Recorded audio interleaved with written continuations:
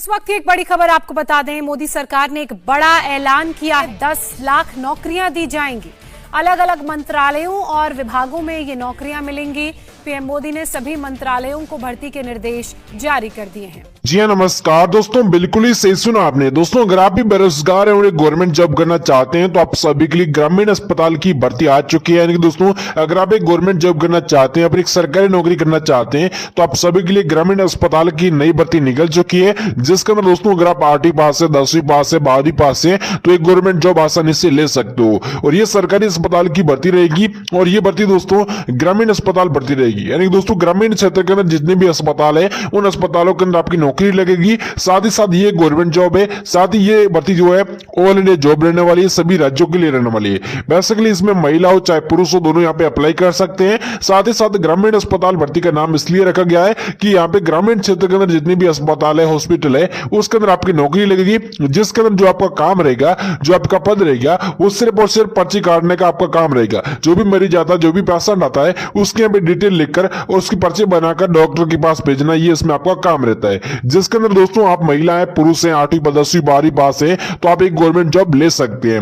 अगर आप इस भर्ती में अप्लाई करना चाहते हैं तो दोस्तों इसमें आपकी कोई परीक्षा नहीं होगी, यानी कि दोस्तों बिना परीक्षा सीधी भर्ती रहने वाली है। इसके अंदर दोस्तों आपका सिलेक्शन कैसे होगा, साथ ही साथ इसकी अंतिम तिथि क्या रहेगी और आपको अंतिम तारीख से पहले इसमें किस प्रकार से अप्लाई करना है।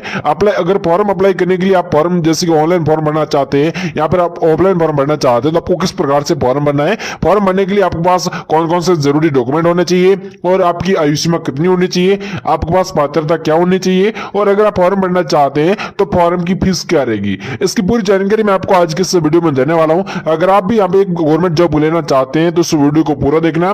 इसके साथ ही आपको यहाँ पे बताऊंगा कि इसकी अंतिम तारीख क्या रहेगी, इसमें टोटल पद कितने रहने वाले हैं। साथ ही साथ इस भर्ती में आप अप्लाई करते हैं तो यहाँ पे आपको किस प्रकार से जो सिलेक्शन का प्रोसेस रहेगा, किस प्रकार से आपको उसमें नौकरी मिलेगी। इसके साथ ही आपको यह भी बता दूं कि इसकी अंतिम तारीख जो यहाँ पे इस वीडियो के माध्यम से बताई जाएगी कि इसकी अंतिम तारीख क्या रहेगी और अप्लाई आपको कैसे करना है। अगर आप घर बैठे ऑनलाइन फॉर्म भरना चाहते हैं तो भी आप इसमें आसानी से फॉर्म भर सकते हैं। दोस्तों ग्रामीण अस्पताल की भर्ती रहने वाली है, जिसके अंदर दोस्तों आप गवर्नमेंट हॉस्पिटल के अंदर आपकी नौकरी लगेगी। यानी दोस्तों ये गवर्नमेंट जॉब है जिसके अंदर आपको ग्रामीण अस्पताल के अंदर मतलब ग्रामीण क्षेत्र के अंदर जितने भी अस्पताल है उसके अंदर नौकरी लगेगी। अगर आप गवर्नमेंट हॉस्पिटल के अंदर नौकरी लेना चाहते हैं तो सबसे पहले हम बात कर लेते हैं एजुकेशन क्वालिफिकेशन की। अगर आप इसमें नौकरी लेते हैं आपके पास यहाँ पे शैक्षणिक योग्यता क्या होनी चाहिए। दोस्तों योग्यता की बात करें तो आप इस भर्ती में फॉर्म भरना चाहते हो, आप स्क्रीन पर देख सकते हो कि सरकारी अस्पताल भर्ती 2025 के लिए कम से कम आप वहां पे 10वीं पास या फिर आप 12वीं पास होने चाहिए। यानी दोस्तों सीधा सीधा यहाँ पे लिखा हुआ है कि इस भर्ती में अगर आप अप्लाई करना चाहते हैं तो कम से कम आप 10वीं पास होने चाहिए या फिर आप 12वीं पास होनी चाहिए। अगर 10वीं 12वीं पास है तो आप लोग गवर्नमेंट हॉस्पिटल में आवेदन कर सकते हैं। अगर आप कम से कम 10वीं पास है या फिर 12वीं पास है तो इसमें नौकरी ले सकते हैं। अगर आप 8वीं पास है, 5वीं पास है तो आप नौकरी नहीं ले सकते।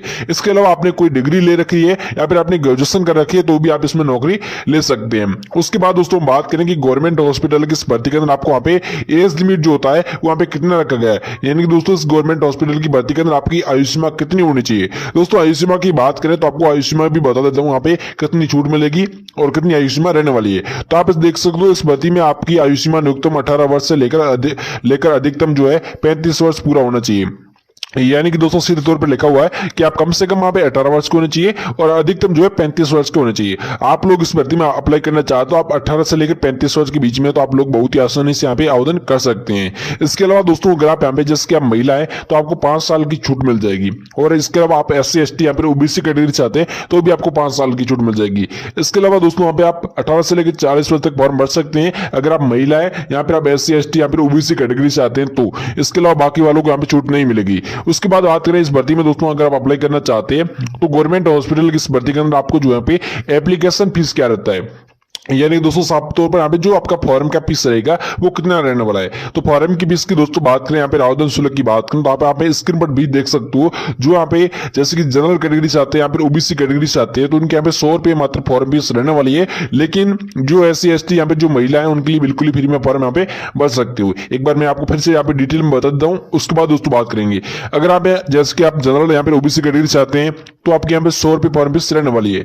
इसके अलावा यहाँ पे अगर आप SC ST यहाँ पे आप महिला है तो आप बिल्कुल ही फ्री में यहाँ पे फॉर्म भर सकते हैं। तो ये इस प्रकार से आपकी फॉर्म की फीस यहाँ पे लेने वाली है। अब दोस्तों बात कर लेते हैं इस भर्ती में अगर आप अप्लाई करना चाहते हैं तो यहाँ पे आपको जो पदों का नाम है वो यहाँ पे क्या रहने गए। दोस्तों पद की नाम की बात करें तो आप दोस्तों मरीजों की पर्ची काटने का आपका पद रहेगा, जिसके अंदर थोड़ा बहुत आपको कंप्यूटर चलाना आना चाहिए। बाकी आप दोस्तों वहाँ पे जो है आपको जो भी मरीज आता है, जो भी पेशेंट आता है, उसकी यहाँ पे डिटेल लेकर पर्ची बनाकर जो फाइल बनाकर डॉक्टर के पास भेजना ये आपका काम रहता है। उसके अंदर दोस्तों कुल पद की बात करें तो आपको 60,000 से भी प्लस खाली पद देखने को मिल जाते हैं। यानी कि दोस्तों इसमें आपको 60,000 से भी प्लस खाली पद मिल जाएंगे। यहाँ पे आप स्क्रीन पर देख सकते हो, जिसके यहाँ पे कुल पद इतने रहने वाले हैं और मरीजों की पर्ची काटने का आपको यहाँ पे पद रहने वाला है। तो इस प्रकार से आपके पदों की संख्या रहने वाली है। इसके अलावा दोस्तों आप इस भर्ती में फॉर्म भरना चाहते हैं तो मैं आपको यहाँ पे बता देता हूँ कि जो भी यहाँ पे फॉर्म भरना चाहता है, ये भर्ती जो है महिला और पुरुष दोनों के लिए है। आप दोनों इसमें ऑनलाइन माध्यम से आवेदन कर सकते हैं। अगर आप घर बैठे ऑनलाइन फॉर्म भरना चाहते हैं तो महिला हो चाहे पुरुष हो, दोनों यहाँ पे अप्लाई कर सकते हैं। तो यहाँ पे आप गवर्नमेंट जॉब जो है महिला पुरुष दोनों के लिए रहने वाली है।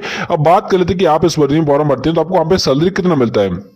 यानी कि दोस्तों government hospital salary detail, government hospital की रिक्वायरमेंट 2025 के अंदर आप नौकरी लगती है तो आपको सैलरी कितना मिलता है। तो यहाँ पे आप देख सकते हो कि यहाँ पे 35,400 रुपए तक प्रति माह वेतन दिया जाता है। यानी दोस्तों 35,000 से प्लस आपको यहाँ पे सैलरी आसानी से मिल जाता है। अगर आप सरकारी अस्पताल या फिर ग्रामीण अस्पताल की भर्ती के अंदर अप्लाई करके गवर्नमेंट जॉब लेना चाहते हैं तो उसके अंदर आपको यहाँ पे 35,400 रुपए तक आपको जो है आसानी से महीने का वेतन मिल जाएगा। इसके अलावा एक गवर्नमेंट जॉब है तो धीरे धीरे आपका वेतन भी बढ़ जाएगा। अब दोस्तों बात कर लेते हैं कि आप इस भर्ती में फॉर्म भरना चाहते हैं तो वहां पे आपको जो सिलेक्शन का प्रोसेस है वहां पे क्या रहने वाला है। यानी कि दोस्तों इसमें आपकी गवर्नमेंट हॉस्पिटल रिक्वायरमेंट 2025 के अंदर आपका सिलेक्शन का प्रोसेस क्या रहेगा। यानी दोस्तों सिलेक्शन किस प्रकार से रखा गया है। सो सिलेक्शन की बात करें तो मैंने आपको पहले बताया था कि इसमें आपको कोई एग्जाम देने की आवश्यकता नहीं है। तो यहाँ पे आप देख दो कि इस भर्ती में उम्मीदवारों का जो चयन है वो इंटरव्यू के आधार पर किया जाएगा।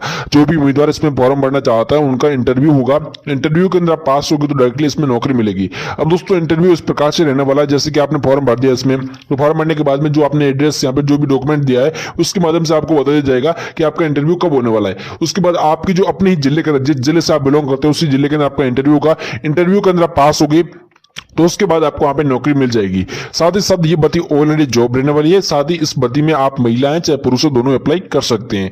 तो आपको जो है अपने जिले के अंदर आपका इंटरव्यू होगा। इंटरव्यू इस प्रकार से रखा गया कि इसमें आपका नॉलेज चेक किया जाएगा कि आप इस भर्ती के योग्य हैं या फिर नहीं है। उसके बाद आपको जो है आपको नौकरी मिल जाएगी अगर आप इंटरव्यू के अंदर पास हो गए। तो बेसिकली जो 10वीं 12वीं पास है उनके लिए बहुत ही अच्छी वहां पे भर्ती रहने वाली है। वो सबसे पहले आपका इंटरव्यू ले जाएगा। इंटरव्यू के अंदर पास होगी तो डायरेक्टली आपको डॉक्यूमेंट सत्यापन करके आपको नौकरी यहाँ पे मिल जाता है। अब दोस्तों आप इस भर्ती में फॉर्म भरना चाहते हैं तो यहाँ पे आपको इंपोर्टेंट डॉक्यूमेंट कौन कौन से रहने वाले हैं। यानी कि दोस्तों आप इस भर्ती में फॉर्म भरते हैं तो आपके इंपोर्टेंट या फिर महत्वपूर्ण दस्तावेज कौन कौन से रहने वाले इसकी बात कर लेते हैं। आप इस भर्ती में फॉर्म भरते हैं तो आपको जो है डॉक्यूमेंट बहुत ही ज्यादा जरूरी रखे गए हैं। तो सबसे पहले दोस्तों 10वीं पास है तो 10वीं का मार्कशीट होना चाहिए। 12वीं पास है तो 12वीं का मार्कशीट होना चाहिए। 10वीं 12वीं की अंक तालिका होनी चाहिए अगर आप 10वीं 12वीं पास है तो। उसके बाद हम बात करें अपने राज्य में पंचायत स्तरीय आवासीय प्रमाण पत्र आपका लगने वाला है। यानी कि दोस्तों आपका फाइनली निवास प्रमाण पत्र आपके पास यहाँ पे होना चाहिए।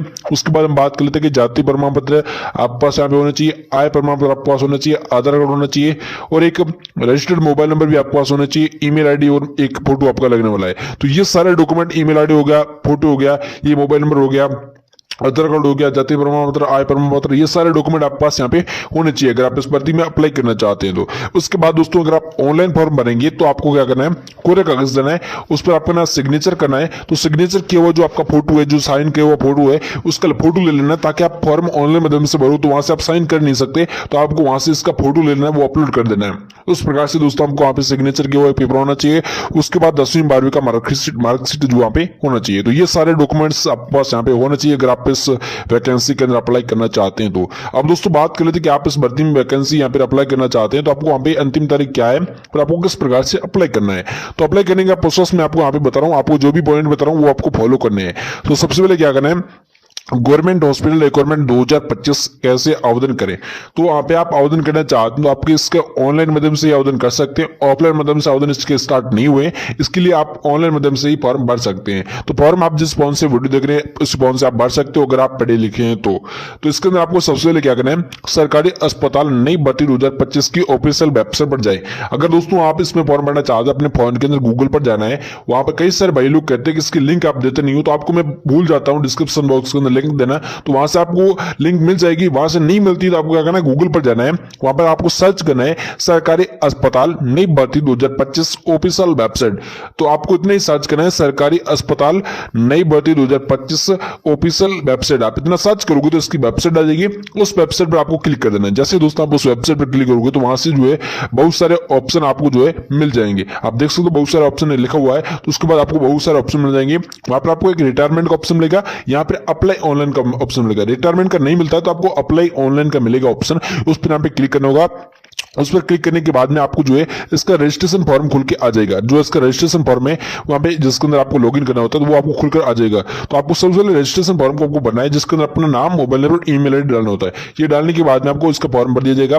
उसके बाद आपको अपना ईमेल, जिसमें आप जैसे आपने रजिस्ट्रेशन फॉर्म भर दिया, उसके बाद अपना आईडी और पासवर्ड आपको क्रिएट कर लेना है। दोस्तों उसमें आपको एक आईडी और पासवर्ड बनाना होता है, तो वो आईडी और पासवर्ड बना लेना है, ताकि आप दोबारा उस पेज पर जाओगे तो उसकी जरूरत पड़ेगी, आपको आईडी और पासवर्ड लगाओगे तो लॉगिन हो जाओगे। तो उस प्रकार से आपको आईडी और पासवर्ड यहाँ पे क्रिएट कर लेना है, और आईडी और पासवर्ड क्रिएट करने के बाद में आप इसमें लॉगिन हो जाओगे। तो लॉगिन होने के बाद में आप में इसमें जिसका ऑनलाइन फॉर्म खुल जाएगा, जिसके अंदर मांगे जाने वाली सभी आवश्यक जानकारी को सही से भर लेना है। जैसे कि अपना नाम, एड्रेस, अपना फोटो, यहाँ पर अपना नाम हो गया, जो भी डॉक्यूमेंट है, जैसे कि सभी जो आवश्यक दस्तावेज है उनको आपको अपलोड करना है, छापापति अपलोड कर देना है। दोस्तों आपको सारे डॉक्यूमेंट्स आपको अपलोड करने का ऑप्शन मिलेगा, तो वो सारे डॉक्यूमेंट आपको अपलोड कर देने। उसके बाद शुल्क का भुगतान करना होगा। शुल्क का भुगतान आपको कैसे करना है, जैसे कि debit card, credit card, net banking, UPI, phone पे, पेटीएम के माध्यम से आप शुल्क का जो पैसे का भुगतान है वो ऑनलाइन माध्यम से कर सकते हो। तो वो आप पेमेंट जमा करने के बाद में 100 रुपए फॉर्म फीस से वो जमा करने के बाद में, जो कि महिलाओं के लिए और SC ST वालों के लिए फ्री रहने वाली है, बाकियों के लिए आप जो है फॉर्म फीस जमा करनी होगी। तो फॉर्म फीस जमा करने के बाद में आपको जो है सबमिट के ऑप्शन पर यहाँ पे क्लिक करना होगा। सबमिट के ऑप्शन पर क्लिक करके आप यहाँ पे आसानी से फॉर्म को जमा कर सकते हो। जैसे आपने फॉर्म जमा कर दिया, उसके बाद यहाँ पे आपको जो भी आपने ऑनलाइन माध्यम से फॉर्म भर दिया है, उसके बाद जो आपने ईमेल आईडी, जो आपने एड्रेस दिया, उसके माध्यम से बता दिया जाएगा किसमें आपको जो है इंटरव्यू कब होने वाला है। तो इस प्रकार से आपको फॉर्म भर के आपको इंतजार करना है। उसके बाद दोस्तों आपको इसकी अंतिम तारीख कैसे पता करनी है, दोस्तों इसमें आपको अंतिम तारीख इस प्रकार से पता करनी है, मैं आपको यहाँ पे बता देता हूँ। अंतिम तारीख दोस्तों अलग अलग राज्यों के लिए अलग अलग होती है, इसलिए मैं आपको यहाँ पे बता नहीं सकता। तो वहाँ पे आपको क्या करना है, सरकारी अस्पताल नई भर्ती 2025 की ऑफिशियल वेबसाइट पर जैसे आप गूगल पर जाकर सर्च करोगे तो सरकारी अस्पताल की नई भर्ती 2025 की ऑफिशियल वेबसाइट आ जाएगी। उस वेबसाइट पर आपको नोटिफिकेशन मिल जाएगा। उस नोटिफिकेशन को आपको पढ़ लेना है कि इसमें आपको पद कितने मिलेंगे, इसमें योग्यता क्या रहेगी, अंतिम तारीख क्या रहेगी, ये सारी जानकारी वहां पे उसके नोटिफिकेशन के अंदर मिल जाएगी। तो आपको सबसे पहले अपने फोन के अंदर गूगल ओपन कर लेना है, वहां पे आपको सरकारी अस्पताल नई भर्ती 2025 को सर्च करना है, वहां से इसकी वेबसाइट आ जाएगी। तो वहां से आप आसानी से फॉर्म भर सकते हो। बाकी दोस्तों वीडियो अच्छा लगे तो वीडियो को लाइक कर दीजिएगा, चैनल को आप सब्सक्राइब जरूर करिएगा।